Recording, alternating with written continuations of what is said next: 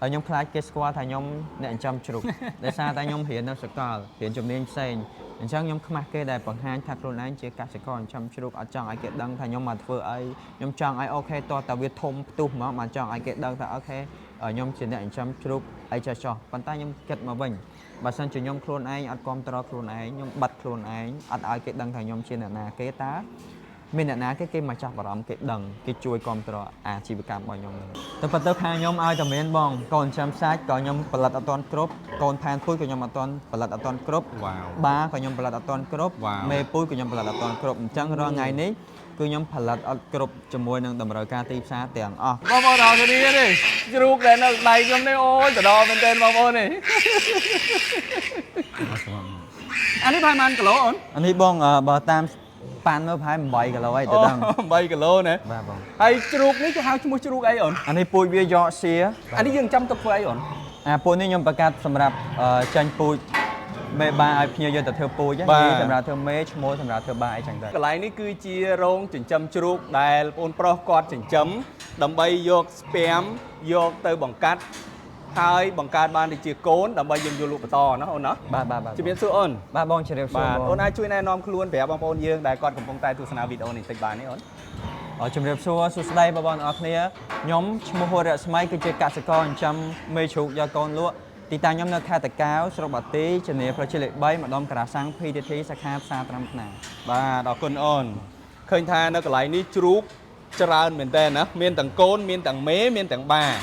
ហើយអូនចិញ្ចឹមនេះភាគច្រើនគឺជាពូជរបស់អីដែរអូនមេពូជភាគច្រើនគឺខ្ញុំចិញ្ចឹមមេពូជយកសៀបាទប៉ុន្តែយកសៀយើងមានយកចេញពីក្រុមហ៊ុន CP មានយកចេញពីក្រុមហ៊ុនលោកអាញាម៉ុងរ៉ូធីមានយកចេញពីក្រុមហ៊ុន Green Fit បាទសម្រាប់បាខ្ញុំប្រើ The Rock មានយកចេញពីក្រៅស្រុកនិងយកចេញពីក្រុមហ៊ុនលោកអាញាម៉ុងរ៉ូធីដូចគ្នាបាទបងឃើញជ្រូកនៅនេះកូនជ្រូកក៏ដោយមេជ្រូកក៏ដោយឃើញសុខភាពវាល្អមែនទែនអូនដូចឃ្លាវខ្លាមែនទែនហើយកូនជ្រូកអស់នេះបានប្រមាណហើយអូនរយៈពេលដែលយើងបង្កាត់វាមកនេះបានកូនប៉ុណ្ណេះនេះវាកើតអាពូនេះអាយុ20ថ្ងៃជាងហើយបើនេះអាយុវា30ថ្ងៃហើយបាទអញ្ចឹងអានេះវាខុសគ្នាបន្តិចបន្តិចណាកើតមុនក្រោយគ្នាបន្តិចកើតមុនក្រោយគ្នាបន្តិចបន្តិចតែពូជអស់នេះយើងយកទៅលក់បន្តជារបៀបម៉េចអូនជាលក់ជាកូនឬក៏លក់ជាមេឬក៏លក់ជាសាច់ពូនេះគឺយើងលក់ចាប់ពីម្បាយពីមេទៅអញ្ចឹងពេលទូចយើងលក់តម្លៃផ្សេងទុកដល់ធំចាញ់ជាពូជ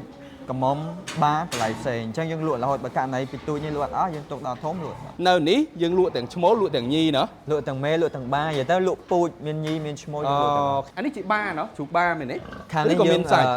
ត្រង់ដាក់មេផើមហើយមានដាក់បាក្នុងនឹងដែរពពួកមេផើមយើងដាក់ក្នុងត្រង់គៀបហ្នឹងបាទងាយស្រួលថែទាំវាងាយស្រួលគ្រប់គ្រងវាបាទសរុបទាំងអស់មានប្រហែលជាប៉ុន្មានក្បាលអូននៅក្នុងរោងបើមេពូជក្នុងត្រង់ខ្ញុំប្រហែលជា100ឯងបងតែអត់ច្បាស់ការទេតែ100ហ្នឹងវាអត់ទាន់បានផលមកទាំងអស់ហ្នឹងណាវានៅមានមេចង់30 40ដែលអត់ទាន់ឲ្យផលបាទតែយើងទុកហ្នឹងតាន់អូនតាន់បានន័យថាវា100តែយើងឲ្យផល70ហើយណាជាទូទៅបើសិនបើយើងគិតអំពីមេវិញឥឡូវយើងនិយាយតែមេសិនណាមេនេះប្រហែលជារយៈពេលប្រហែលបើយើងអាចប្រមូលឬយើងអាចថាឲ្យវាបង្កើតកូនឲ្យយើងបានដែលយើងចាំវាបើអាយុស្តង់ដារហ្មងគឺតាំងពីវាកើតរហូតមកដល់យើងអាចយកកូនវាបានគឺយើងទុកឲ្យវាអាយុដល់8ខែបានបំផុតក៏7ខែដែរអញ្ចឹងចាយពេលចិត្តកន្លះឆ្នាំជាបានយើងអាចបង្កាត់ដាក់បាបានឲ្យវាពពោះហ្មងតែវាពពោះហើយហ្មងតែវាគ្រប់ខែកើតអញ្ចឹងវាចាយពេលយូរមែនតើក្នុងការទទួលបានផលវាតែពេលបានផលចេះហើយក្នុងមួយឆ្នាំយើងអាចបានកូន2សាឬក៏2ឆ្នាំយើងអាចបានកូន5សាហេតុអីបានជាយើងចិញ្ចឹមពូយកស៊ីអូនមែនតើទៅយកសៀវាពូយកសៀហ្នឹងគឺវា slot បកកែថែកូនសបោទឹកដោះចំនួនកូនវាក៏ច្រើនដែរបាទអញ្ចឹងជាទូទៅមិនថាក្រុមហ៊ុនមិនថារោងកសិដ្ឋានរោងឯកជនអីទេឬក៏ចិញ្ចឹមលក្ខណៈគ្រួសារដូចខ្ញុំអីទេគឺពេកច្រើនគេប្រើតែមេពណ៌សយកសៀហ្នឹងទេបើបានយកសៀពីឈាមទៅកាន់តែល្អកូនជ្រូកទាំងអស់នេះពេលច្រើនសើកាត់កតុយអាហ្នឹងមិនបានយើងកាត់កតុយវាជាទូទៅជ្រូកដែលយើងបង្កើតផែនពូជមិនថាញីមិនថាឈ្មោលទេគឺយើងត្រូវកាត់កតុយវាដោយសារឲ្យវាសម្គាល់លក្ខណៈពូជទុកកតុយពេលធំទៅវាអាច stress អាចវាខាំកតុយគ្នាស៊ីខាំកតុយគ្នាស៊ីធ្វើជ្រូកហ្នឹងក្រិនយើងនិយាយថាមេពេលច្រើនយើងបង្កាត់នៅកន្លែងហ្នឹងក៏អូនយកមកពីខាងក្រុមហ៊ុនផ្សេងមកមានដែរមែនទេ មេក្នុងត្រង់ខ្ញុំភាគច្រើនខ្ញុំបង្កើតទុកខ្លួនឯង បាទ តែភាគច្រើនទៀតក៏យើងយកពូជពីក្រុមហ៊ុនមកដូចខ្ញុំរៀបរាប់ខាងដើមអញ្ចឹងណា ចុះដោយឡែកបាវិញយើងបង្កាត់ខ្លួនឯងដែរឬក៏ដំបូងឡើយយើងទិញពីក្រុមហ៊ុនមកដែរ បាទដើមឡើយយើងយកចេញពីក្រុមហ៊ុនមកដែរបងហើយយកចេញពីក្រៅស្រុកដូចគ្នាដល់ពេលយើងអាចបង្កើតបានឆេះហើយយើងអាចទុកក្នុងត្រង់ខ្លួនឯងប្រើបានតែបើសិនជាករណីយើងចង់ឲ្យវាល្អដូចយកមកពីក្រុមហ៊ុនយើងនៅតែយកពីក្រុមហ៊ុនមកថែមទៀតដល់ដែរអញ្ចឹងយើងមានទាំងទុកខ្លួនឯងមានទាំងឲ្យយកមក បច្ចេកទេសដែលយើងចិញ្ចឹមឬក៏បច្ចេកទេសដែលយើងថែកូននេះយ៉ាងម៉េចដែរអូន កូនជ្រូកនៅពេលដែលមកតបានបែបនេះយើងត្រូវថែទាំវាតាំងពីពេលបង្កាត់មេណាមេពូជត្រូវថែទាំតាំងពីពេលបង្កាត់ពេលថើមហើយត្រូវមើលពេលកើតហើយត្រូវថែទាំកូនវាបែបនេះទៀតអាហ្នឹងអញ្ចឹងឯងប៉ុន្តែបើសិនជាយើងមានទ្រង់នេះវាអត់សូវពិបាកយើងថែទាំបានទេដោយសារតែទ្រង់នេះវាបច្ចេកទេសរបស់ក្រុមហ៊ុនគឺមេអត់សូវដេកកាន់កូនទេយើងគ្រាន់តែមើលអាណាបើបានមិនបានអីបែបហ្នឹងអញ្ចឹងឯងបន្ថែមពីលើមេហើយណាមួយមេវាបង្កើតថែកូនទៀតវាអត់សូវជាបញ្ហាសម្រាប់យើងទេ ចុះអូនអាចប្រាប់តម្លៃបន្តិចបានទេថាជាទូទៅនៅក្នុងមេមួយក្បាលអញ្ចឹងតម្លៃវាអាចល្បាក់ប្រមាណដែរដែលយើងយកមកទិញពីក្រុមហ៊ុនហើយមួយទៀតបើយើងបង្កាត់ខ្លួនឯង បើមេពូជដែលយើងយកចូលតម្លៃវាថោកថ្លៃអាស្រ័យទៅតម្លៃជ្រូកសាច់បើជ្រូកសាច់ថ្លៃមេពូជក៏ថ្លៃដូចគ្នាយល់ទៅតម្លៃវាចន្លោះពី4ទៅ500អីហ្នឹងឯងដោយសារហ្នឹងយើងយកមកគីឡូ80ទៅ100អាយុវា4ខែជាងអីចឹងណាអញ្ចឹងតម្លៃវាប៉ុណ្្នឹងឯង400ទៅ500ប៉ុណ្្នឹងឯងយើងគិតទាំងសេវាដឹកទាំងអីអាហ្នឹងប៉ុណ្្នឹងឯងហើយយើងទុកខ្លួនឯងយើងអត់ចាយដើមដល់ចឹងឯងតែយើងចាយពេលវេលាមកតែចាញ់ជាមេកំមុំវាយូរ មេមួយវាអាចកូនបានប្រមាណពីវាចាប់ផ្ដើមកូនដំបូងរហូតដល់ពេលដែលវាឈប់កូនឬក៏វាចាស់ បើខាងខ្ញុំជាទូទៅខ្ញុំទុករហូត បាទ ទុករហូតតើតាវាលែងឲ្យផលតើតាវាមានបញ្ហាតើតាវាចាស់ចរាហ្មងអាហ្នឹងបាទខ្ញុំបញ្ចេញអញ្ចឹងវាអាចចូលឆ្នាំ5ឆ្នាំអីក៏មានដែរមេខ្លះវាអញ្ចឹងឯងបើសិនជាយើងឆាប់ដូរមេពេកវាអត់បាក់ដែរវាព្រោះឯមេពូជមកតែចិនជាមេពូជវាយូរវាចាយទុនចាយពេលវេលាហើយដល់បើយើងយកកូនវាមួយឆ្នាំយើងជំរុះចិនវាដូចជាអត់តាន់សមមួយតម្លៃដែលយើងយកវាមកអញ្ចឹង សម្រាប់ខ្ញុំគឺខ្ញុំទុករហូតតតែវាលែងឲ្យផលទៅខ្ញុំបញ្ចេញឲ្យគេកាប់ផ្សាយទៅគេហៅតែមេជំរុះអីចឹងទៅ មេមួយក្បាលអាចបង្កើតបានកូនប្រមាណដែរ ម្ដងជាមធ្យមខាងខ្ញុំឲ្យធំ8ទេប៉ុន្តែជាក់ស្ដែងដូចនេះកាប់បាន5ដបខាងនេះកាប់បាន4ដបខាងនោះ2ដប ចុះដែលឡែកតាក់ទងជាមួយបាវិញក៏ស្ពាមវិញអូនយកមកពីណាឬយើងកំណត់បែបណា បើទៅទៅមួយ spam គឺ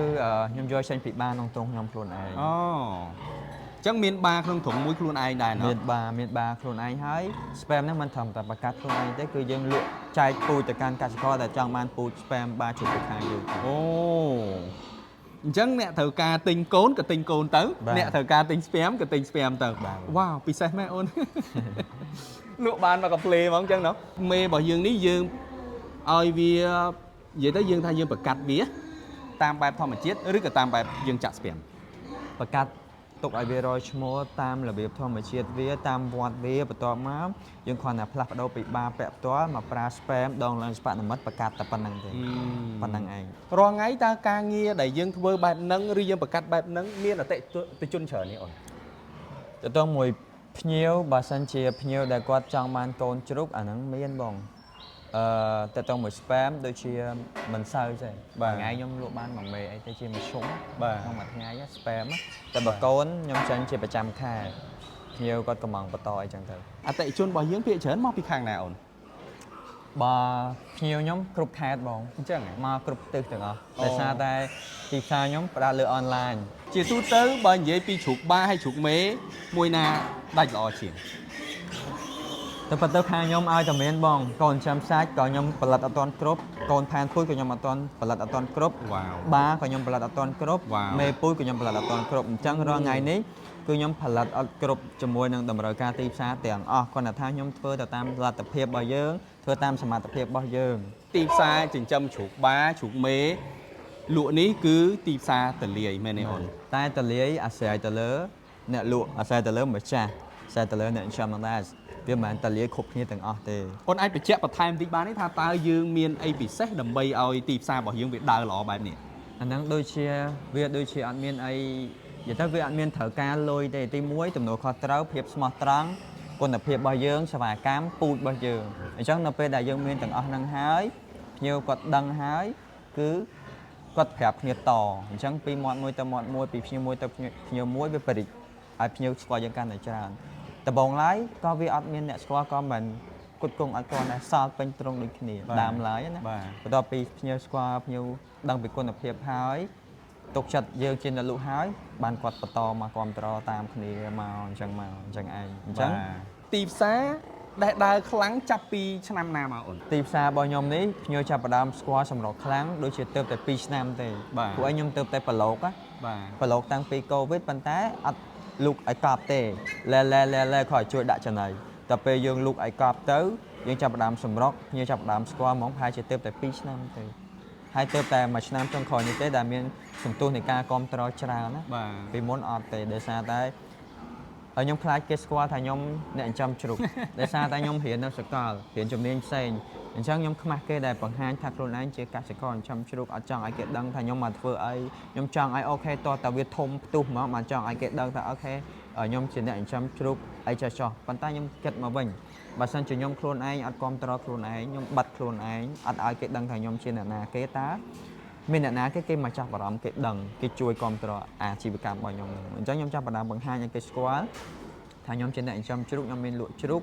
រហូតតតែមានការគ្រប់គ្រងកំងយកទៅសាកល្បងហើយល្អគាត់បញ្ជាមកត្រឡប់មកវិញរហូតអញ្ចឹង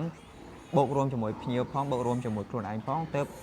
ធ្វើឲ្យទីផ្សារយើងរៀងរីកធំជាងមុនដូចរាល់ថ្ងៃហ្នឹងអញ្ចឹង បាទអូនមានលេខទូរស័ព្ទអីជូនបងប្អូនយើងឬក៏លេខ Telegram អីណាដែលគាត់ចង់ដឹងព័ត៌មានអីបន្ថែមសំជិញអូន សម្រាប់បងដែលចង់បានពូជ្រូកខាងខ្ញុំ spam ឬក៏គ្រប់សັບបែបយ៉ាងដែលខ្ញុំមានលក់ឬក៏មានចង្អុលអីចង់ដឹងព័ត៌មានបន្ថែមមកខាងខ្ញុំបងអាចទៅមកតាមលេខទូរស័ព្ទខ្ញុំបានហើយលេខហ្នឹងមាន Telegram 097 840 9292ហ្នឹងហើយ អរគុណច្រើនអូនអរគុណណាជំរាបលាបាទ